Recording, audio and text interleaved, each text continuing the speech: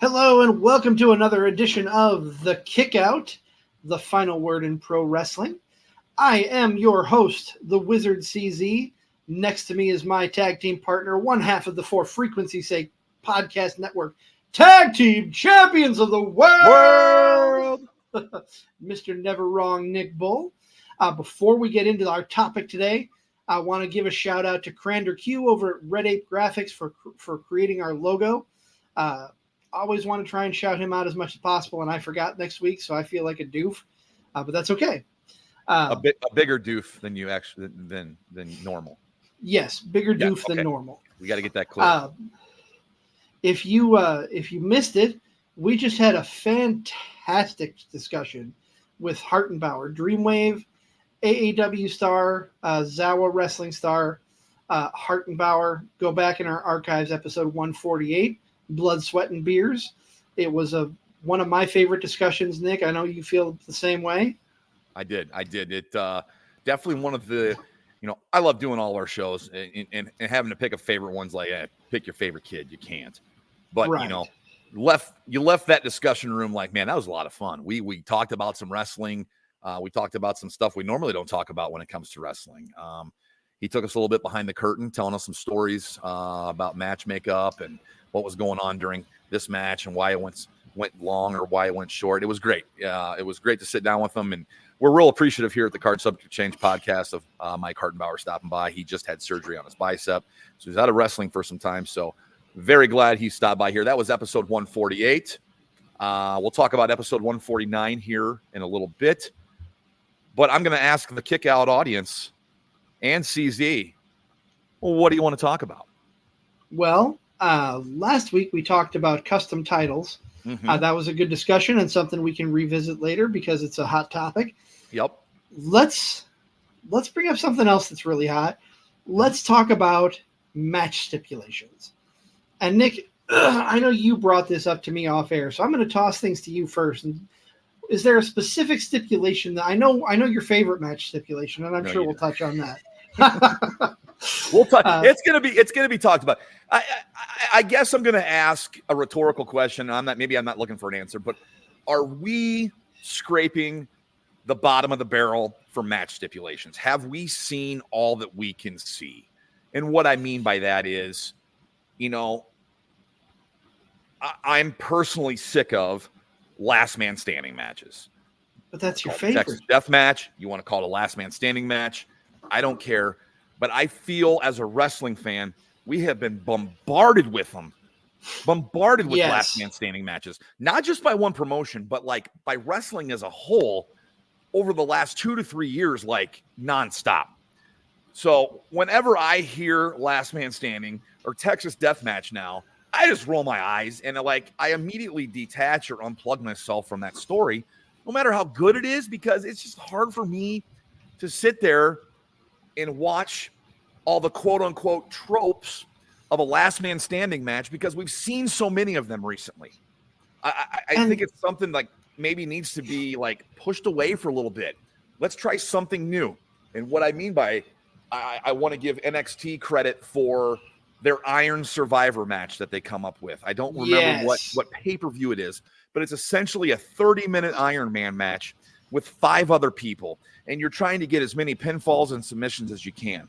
And if you get submitted or pinned, you go into the penalty box. So you lose time from being in that ring trying to make up for what you lost.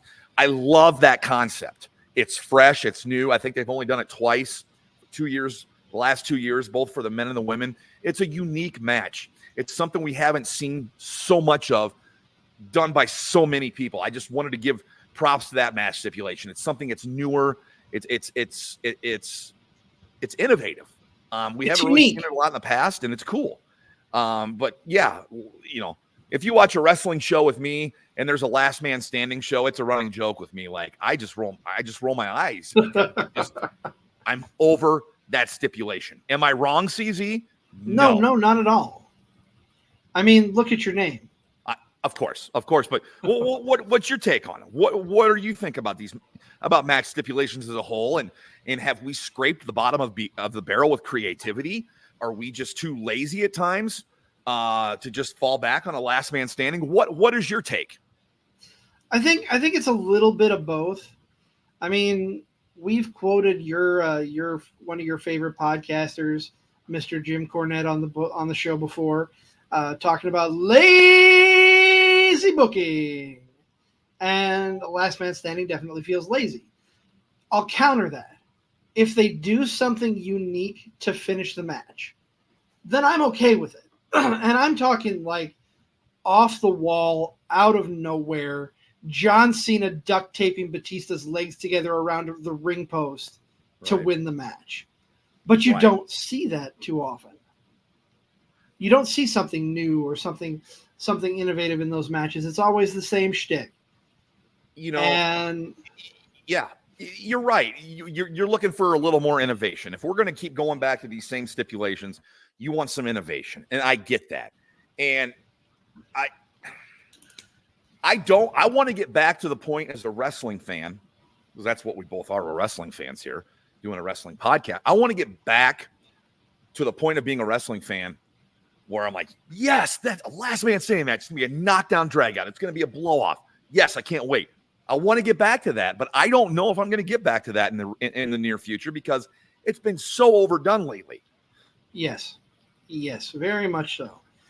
I'll tell you what I do like that you don't see as anywhere near as often, and it's only one company that does. There's two matches that I really love because they're innovative, they're different, and they're not thrown out there. They're maybe thrown out once a year, and one of them hasn't been thrown out for a long time. Okay. I'm talking about TNA. TNA had some unique and interesting matches. The first one I'm going to talk about is one of their go-tos for the X Division Championship, and that is the Ultimate X match. Mm-hmm. Very interesting concept, very unique. It's got kind of elements of a ladder match, and I don't know. I don't want to say a Royal Rumble, but you know what I'm talking about. There's multiple people. It's got that ladder match element, but you're not using a ladder to get the title. You have to climb the posts and crawl your way around on the ropes to get to that title. It is a dangerous match, and I always hold my breath when I watch it, thinking, when some guy takes a bump falling off the cables that support, that cross above them, that they're going to have a knee buckle or something. I always worry when they hit the ring. But Ultimate X is something unique. It's unique to that company. I'm going to throw another match stipulation out there. Give TNA some love here. We haven't seen for a while, and I hearken this back to the earlier days of TNA when Jeff Jarrett, was the King of the Mountain, and they had the King of the Mountain matches, which is essentially a reverse ladder match. And that's different. Very different. Very innovative. I think that's something maybe that I don't know if that's it's. I guess I equate that with TNA. So we haven't seen one in TNA for a while. I don't know if that's a thing of the past now in TNA. But I was watching some old TNA the other day on the Roku channel, and they had one on, and I'm like, man, this is, I remember these when they happened and didn't really pay too much attention to them at the time, and now I kind of wish they did more of them. So that might be something that just, exclusive to TNA. I don't know, but that's a match stipulation I wouldn't mind seeing come back at some point. I really wouldn't either, and the fact that it's not just climbing a ladder and taking the title off. You first of all have to gain a pinfall to be eligible to hold on to the title. If you lose a pinfall, you go into the penalty box. Yep. And then you have to take the title and go up and hang it. Yes. From above the ring to win. Yes. So more than just a reverse ladder match in that aspect, with the pinfalls and the penalty box, but yeah, essentially a reverse ladder match. I would love to see that incorporated more often. I think TNA should bring it back. I would love to see other promotions maybe do a version of it, like we see WWE bringing back War Games. Yes. And AEW has their own version in Blood and Guts. Mm-hmm. I was so happy they brought that back, and I like that they only do it once a year on either promotion. But it's such a unique match. It's such a good concept. Do I miss the days in WCW where you had the short cage and it was either submit or surrender? Absolutely. But they put their own spin on it, both companies, and I'm glad they brought that back. I wish we could see more unique match types in the bigger companies. And I'm not talking. Oh, go ahead. Neither one of us are deathmatch guys. I don't want to see AEW or WWE adopt a light tube match. No. I get hardcore matches. They got the time and the place, but I'm not talking down to the deathmatch crowd. I'm not talking down to deathmatch fans. It's just not for me. I threw last man standing Texas death matches under the bus as a stipulation that I'm over. What stipulation are you just over? Oh, that's tough. I don't know. I don't know if there's one that I'm particularly over, and maybe I seem to remember us talking about one, but it's escaping my memory right now. I'll tell you what. I'll turn it a different way, though. Okay. You don't see often. I mean, there have been a few lately, but you don't see often multi-man matches like the triple threat or the fatal four-way. I would like to see more of those in an elimination style, kind of a last man standing. I think there's not enough elimination style matches out there. I can get behind that. I think that's something ECW kind of started with their three-way matches, their three-way dances. They would be an elimination where it came down to just one-on-one. I would like to see an elimination style stuff in a fatal four-way or a four-person match. So I think you struck a chord there. I'll tell you something. Yeah. You and I will agree on this. Tag team triple threat matches where there's only two competitors in the ring. It's absurd. It's absolutely absurd. If you're having a three-way or a tag team three-way triple threat, you need to have three people in the ring at any given time. And I would only say you can only tag your partner to get out.